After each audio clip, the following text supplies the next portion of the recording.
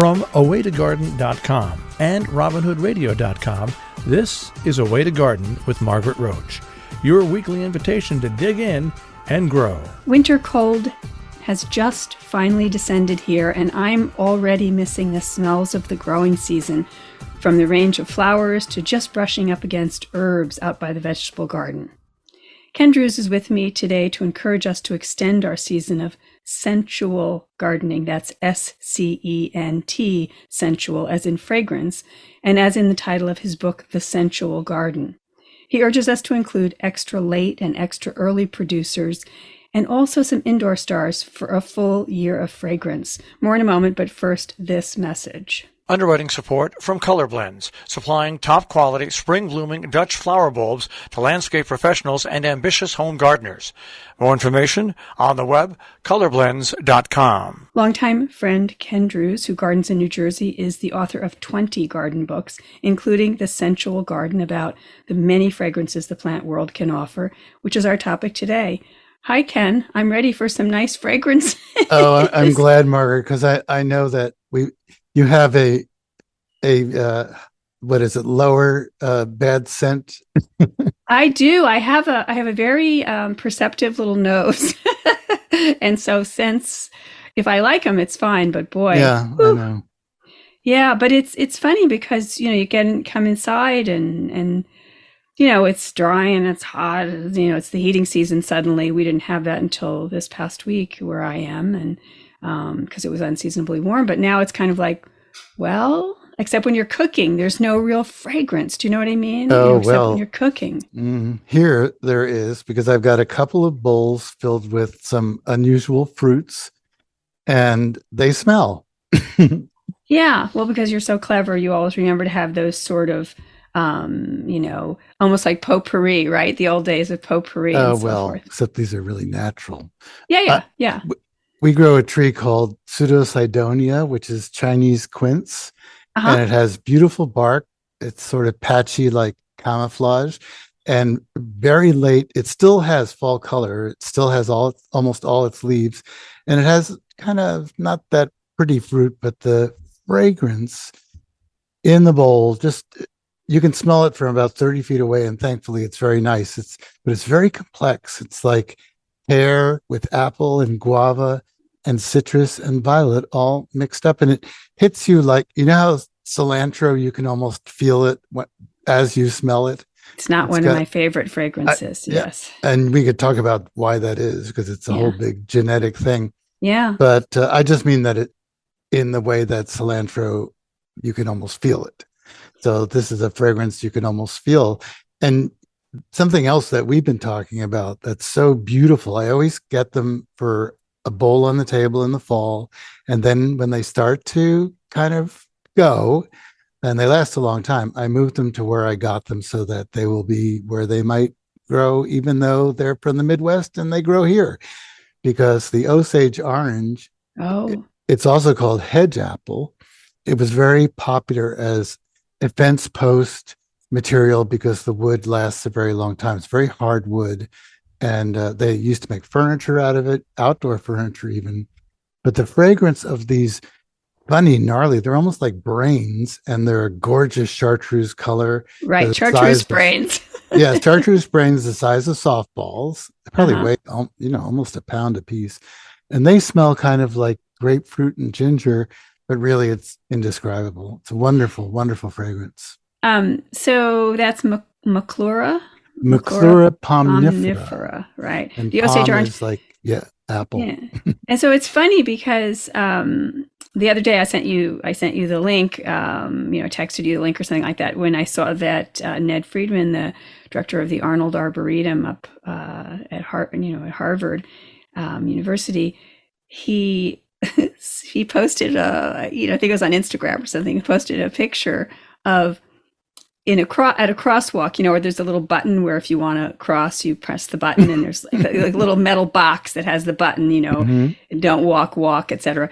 And above that, on the top lip of the little box with the button, there was one of these Osage oranges sitting there, this green brain, as you say, this hedge apple, sitting there. And he said, his caption was something like, only at the Arnold Arboretum. We know when someone picked that up and put it there, like, you know.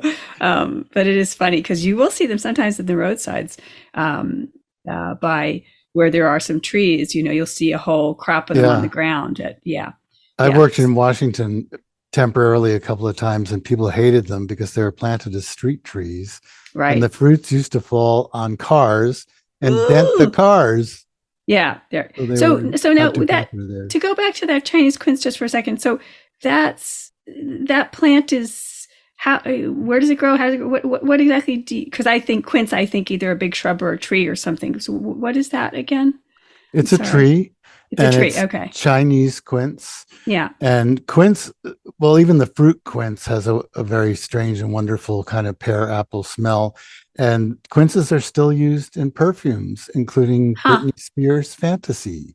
And now, do you grow the Pseudo-Cydonia? Do you grow the Chinese quince tree? Yeah. Okay. And so you don't, it's not like where you find, like with the Osage orange, you find one somewhere and you grab it and use it for its, you enjoy it in its fragrance season in a bowl or whatever. So this is something that you grow. Yep. Because it's a very beautiful tree. Oh. It has patchwork like a Cornus cusa, that it's beautiful. The bark. Mm-hmm. The bark, right. Oh, interesting. And then it has shiny red leaves. And it's in the rose family. So I was going to say it's shiny red leaves like a pear, but we don't want to talk about pears.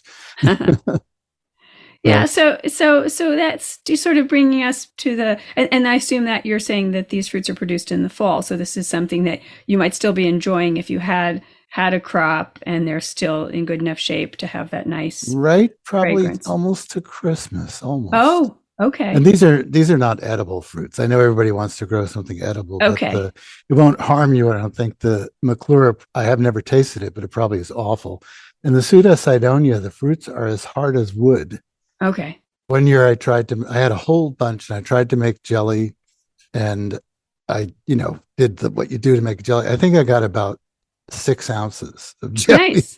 That was a good day in the kitchen. Kettle full. Yeah. They're really hard as wood. So, so that's sort of the fall and like where we're having the last of things. And, I was thinking about, I was in anticipation of talking to you, I was trying to think, well, what was the last wonderful scent that the garden had? And, I like the smell of fall leaves. And so, that's sort of when it first all comes undone and it's a dry day. And, it's not that I don't like that, but like have the you native, ever smelled the Katsura tree? I don't have one.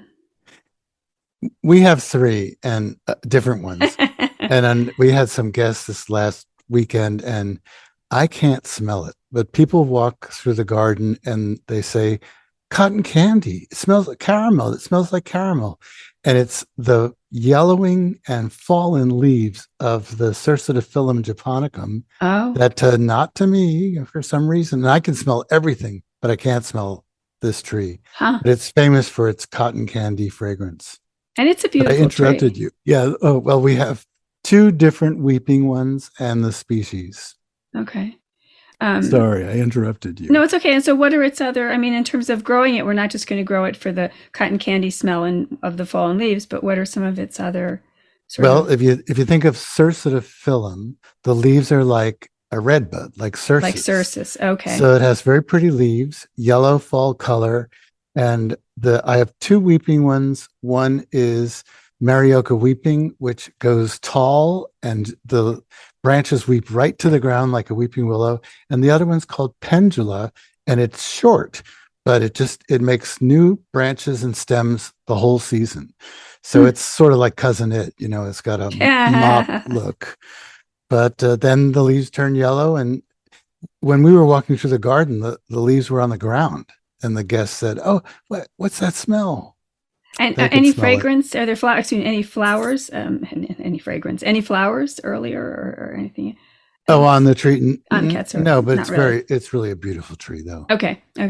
We'll show some pictures with the transcript over on A Way to Garden. And I should have said at the beginning, let's do a giveaway, of course, with the transcript over on A Way to Garden. Let's do a giveaway of the Scentual Garden, your book, which is so gorgeous and really delves into why things smell and all the ranges of scents in the whole, natural world. It's really in depth. So throughout the year and so forth, and lots of beautiful pictures. But I was thinking about how in the fall, like I know coming up in the new year, and sometimes for me it's, January, sometimes it's February, here in the North Country. I have the Asian witch hazel hybrids that have one of the first scents of the new garden. But do the fall witch hazels, the native Hamamelis virginiana, do they have a scent? I've never actually gone. I have them around the edge of my property, native ones, just that were there. It's kind of, right. I have to, and they have fall color. Yeah. And unfortunately, some of them, it's weird. Some of them drop their leaves so you can see the flowers. Some of them don't. And the flowers are kind of obscured. I mean, individuals, I don't know what it is. And some of the individuals have a very slight fragrance, but some of them don't. Maybe it's the time of day, but the fragrance is like witch hazel in the bottle, that specific sort of, it's not really alcohol-y, although it's got alcohol, I guess.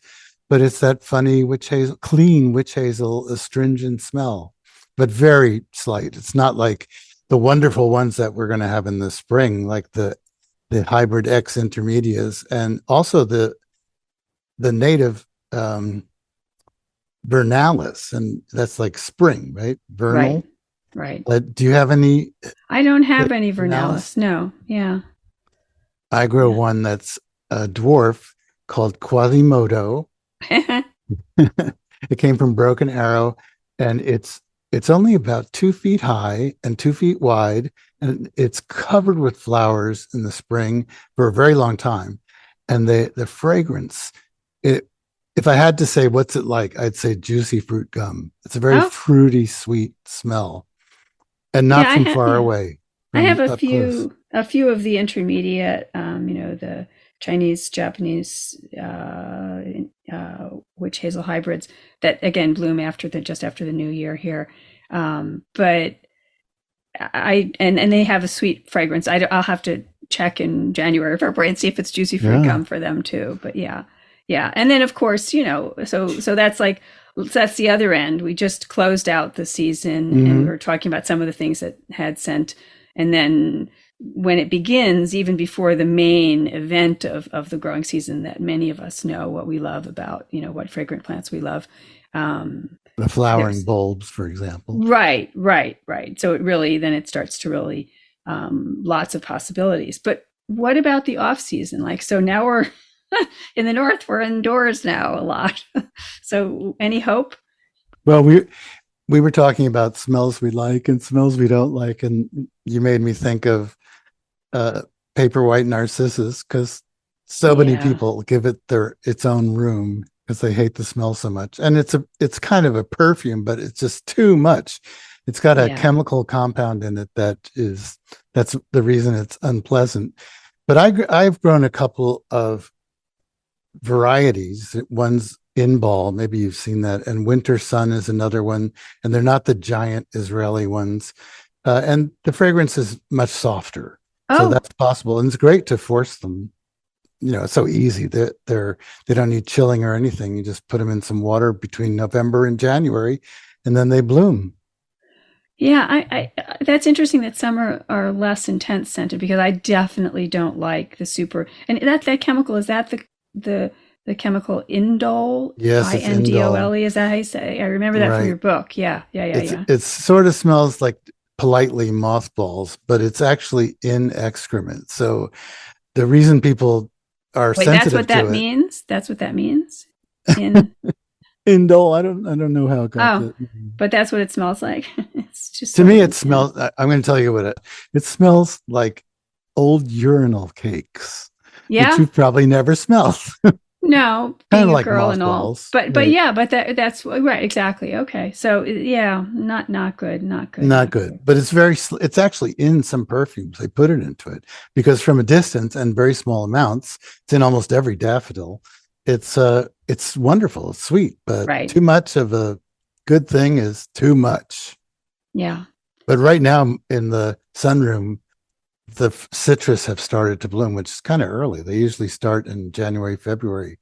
And orange blossoms, lemon blossoms, they're thick, but that's a wonderful fragrance. Do you grow any citrus at all? I never really have. And I was at a friend's and neighbor's the other evening, and they have 2 giant ones that they'd hauled in from outside, and they put them out in the growing season, and they have them in their living room.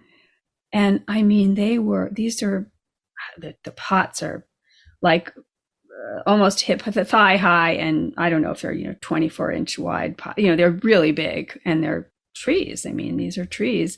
One is a lime and one's a lemon, and the lemon especially, it was covered in fruits. They weren't yellow yet, but it was covered in fruits. And I was like, what did you do? Yeah, I was going to ask you that. How did you make this? And it's they said it was that they've had the lemon for 5 years. Again, they put it outside in the garden in the growing season, but then it comes in and it's in a south window. Yeah. I mean, it's in their living room, so it's not like it's super cool or anything. Your sunroom is probably cooler or humid, right? And they said that they give it, or maybe once a month, they give it some fish emulsion, I guess pretty much year round, which is not a super hot lot of fertilizer or anything. And that, I guess during the growing season, they had given it maybe one of those plant spikes or something, some type of fertilizer stick kind of thing that you put in the soil that was rated for citrus. And I don't know the brand, which I could try to find out, but, and they water kind of, judiciously, a little sparingly in the off season. But boy, I was like, wow, this is amazing. Do you remember if it was flowering and fruiting at the same time? It was not flowering right now, but I have been there where there were in other years where there was this beautiful scent in the living room, as well as fruit still hanging. Yes. Well, that lemon was probably Meyer lemon improved. I think it is a Meyer. Yes. Which is sort of, I guess it's a hybrid of an orange and a lemon. And if you have to try to grow a citrus, that's the one to grow. It's really the most forgiving and the easiest to grow to get fruit. Right. And if you've got a south window, oh boy. And if it's cool in the winter, oh boy. And if you can summer it outdoors, it's possible to have your own fruit. And the fruits smell wonderful too. Oh, yes. I grow another one. Have you ever seen Buddha's hand? Yeah, only that you've shown me, but yeah. Oh, at Wave Hill, they have wonderful ones. Oh. The fruits kind of look like, they're big, and they kind of look like octopuses because they have all these tentacles, and there's no moist fruit to eat. It's all pith inside. But that's another one. You can cut that and put it in a bowl, and for a month, you'll have a beautiful, beautiful fragrance, which is sweet perfume, orangey, but it's great. So maybe trying citrus, I might do this. I might try this and see what happens. Because it's just so, there's just something so, I don't know. It's like having not just fragrance, but a harvest in the winter. Do you know what I mean? Yeah, of course. Yeah, it's so much completes the year. What are they going to do with all those lemons? And they're very interesting. They cook a lot, and one of the 2 people, he makes sorbets and stuff. Sure, he makes they make ice cream, a lot of baking, jams, jellies, whatever. But actually, we had some lime sorbet after our supper. So I guess if life deals you lemons, make sorbet, right? Is that the deal? Absolutely. I'm so glad to hear that they use them because absolutely. Yeah. They love them. Yeah. So what about sort of other house plants that you would say we could give a try if we want some indoor fragrance? Well, I have a house plant that's related to something you and I both experienced. It's a kind of cestrum. I know what you're going to say. But Cestrum pacquiae doesn't smell like Cestrum nocturnum. It's a much lighter scent, but the really great, and the flowers are yellow. And the great thing about it, it's never out of bloom. This thing blooms always. It's always in bloom. And it only smells at night. So it's in the sunroom. I don't smell it unless I go and find it. And as I said, I actually think that the Cestrum nocturnum smell it's more perfumey. And it's certainly strong. And we guessed that since it was related to peppers and solanum plants. Is that right? Solanaceae? Yeah. Mm-hmm. Plants in the pepper family that maybe the molecules in the air could be dangerous to someone who's sensitive. Well, because you and I, just so people know why you're saying I'm sensitive to it, is because a million years ago we were at a dinner party. It was actually out on a terrace, but the plant was right close to the table, and a big plant with lots of flowers. As the evening came on, the night blooming jasmine, Cestrum nocturnum, did its thing, and I almost did my thing for good. Yep. That was almost the end of Margaret. We had to escape. I always wondered about, this is a total aside, but some of the lilies that people include in floral arrangements and so forth on a dinner table, some of them are just so perfumey to me. You can't taste the food. No, exactly. And that's what it spoils it too, even if it doesn't make you sick like it makes me, kind of wheezy. But anyway, so is this Cestrum paquii? Paquii. Paquii. Paquii. Cestrum paquii. We'll have to look for that. I wonder if places like Logi's and some of the other mail order catalogs have I think I them. got it from, what's that place that sells seed and plants? It's a woman, I can't believe it. Can't remember. I don't know. So not select seeds. Oh, yeah. Okay. I think that's what it is. Okay. All right. Well, look, I'll look for a source for it with the transcript of the show. So what about like true jasmines? Because that's not a true jasmine, even though the common name is jasmine, right? Okay. Well, I very much like, and also can grow, Jasminum sambac. And the one that everybody has is Maid of Orleans. There's lots of different selections and double ones. I can't grow any of the other ones. But Jasminum sambac, Maid of Orleans, little flowers, and the fragrance is jasmine, but it's not that deep lily-like fragrance of some of the jasmines. It's a very warm, high fragrance. And for me, it never has more than, it might have 10 flowers. And they're tiny. They're smaller than dimes, probably. But I love that smell. Is it like a viney thing, or what is it? No, it's shrubby. Like shrubby, and so does it get very big? Like I'm trying to visualize how. Well, it doesn't get big for me, and it's not a pretty plant. It has okay green leaves, but I don't have a south window like some people, so everything here is kind of leggy, and a branch goes one way and a branch goes another way. And I'm after flowers, so I just want to keep all those flowering parts going. And it doesn't bloom year round. It blooms mostly in the spring and summer. But that's a really nice fragrance. I used to grow jasmine, I think it was grandiflorum, which is the one that's in Chanel number 5. Oh. And that's a vine. That's why I asked, because in my head I had like jasmine as a vine. I'm visualizing vines. Right. So I must have, Okay. It's like and the flowers are bigger, and they're sort of like, I was going to say spiders. Well, they're stars, and they have lots of little points, and very different looking flower. So in the last, we have, 2-3 minutes, I have to just know, can I possibly grow a gardenia? Because can I do that? Have you ever?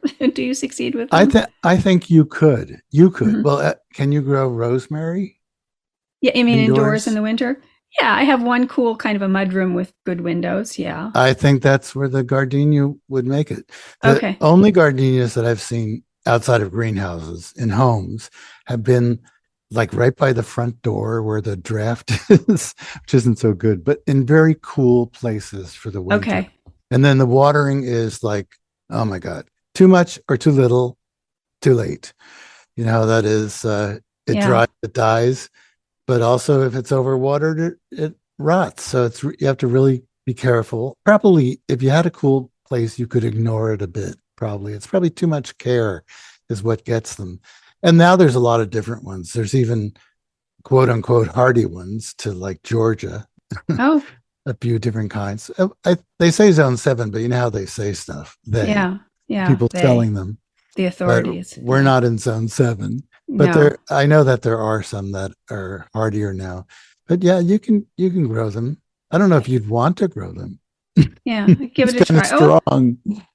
Oh, okay. It might be too much for me. Yeah. No, it's just, it's that kind of a thing that, we've all heard about them and seen them. And, it's sort of aspirational or whatever, because And I didn't. the ones you would grow as a house plant or in a greenhouse, and if you weren't in production, the flowers are like 1.5 inches. They're not like those gigantic ones that you can sometimes get at a florist that are Okay. 3.5 inches across. And then they turn yellow and you can float them in a bowl. It's a very nice gift, I'd say, birthday gift for someone. One flower. Well, I'm going to strive for a year of scent, thanks to Ken Druse, the author of The Scentual Garden. And we're going to have that giveaway with the transcript of the show over on awaytogarden.com. Thank you, Ken. And I'll be pestering you later for some tips about some of these things. And we'll have lots of pictures too. We can show pictures. Right. Well, with the transcript, we'll have all the pictures and I'll find some sources and all that kind of good stuff. So thank you. Thanks for making time today. Oh, thanks, Margaret. It's great. Okay. Underwriting support from Color Blends, supplying top-quality spring-blooming Dutch flower bulbs to landscape professionals and ambitious home gardeners. More information on the web, colorblends.com. And thanks to all the rest of you for making time. Now, don't miss an episode. You can subscribe free to the podcast version of the show on Stitcher or on Apple Podcasts or on Spotify. And you can find me anytime at awaytogarden.com and on Facebook and on Instagram as @awaytogarden. And happy scented gardening meantime. A Way to Garden with Margaret Roach is a joint production of awaytogarden.com and the smallest NPR station in the nation, Robin Hood Radio.